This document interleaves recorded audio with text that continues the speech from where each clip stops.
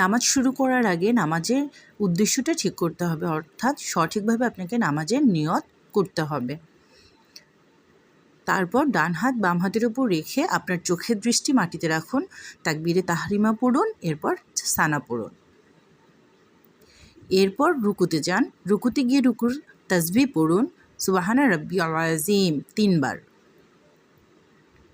এরপর রুকুতে উঠে দাঁড়াতে দাঁড়াতে পড়ুন সামিআল্লাহু লিমান হামিদা। এরপর ধীরে ধীরে সিজদা দিন, সিজদাতে গিয়ে সিজদার তাসবিহ পড়ুন সুবহানা রাব্বিয়াল আ'লা 3 বার। সিজদা থেকে উঠে বসুন এবং 2 সিজদার মধ্যবর্তী দোয়া আল্লাহুম্মা গফিরলি ওয়ারহামনি ওয়ারজুকনি ওয়াহদিনি ওয়াফিনি পড়তে হবে। এরপর আপনি আত্তাহিয়াতু এবং তাশাহুদ পড়বেন। এরপর দাঁড়িয়ে একই নিয়মে আপনার বাকি রাকাতগুলো সম্পূর্ণ করুন। এরপর শুধুমাত্র শেষ রাকাতে আত্তাহিয়াতু পড়ুন, দুরুদে দোয়ায়ে মাসুরা পড়ুন। দুরুদ পড়ুন, আপনার ডান দিকে কাঁধ পর্যন্ত মুখ ঘুরিয়ে সালাম দিন, এরপর আবার বাম দিকে কাঁধ পর্যন্ত মুখ ঘুরিয়ে আবার সালাম দিন। এরপর আপনার নামাজ শেষ। এরপর যে কোনো তাসবিহ পড়ুন।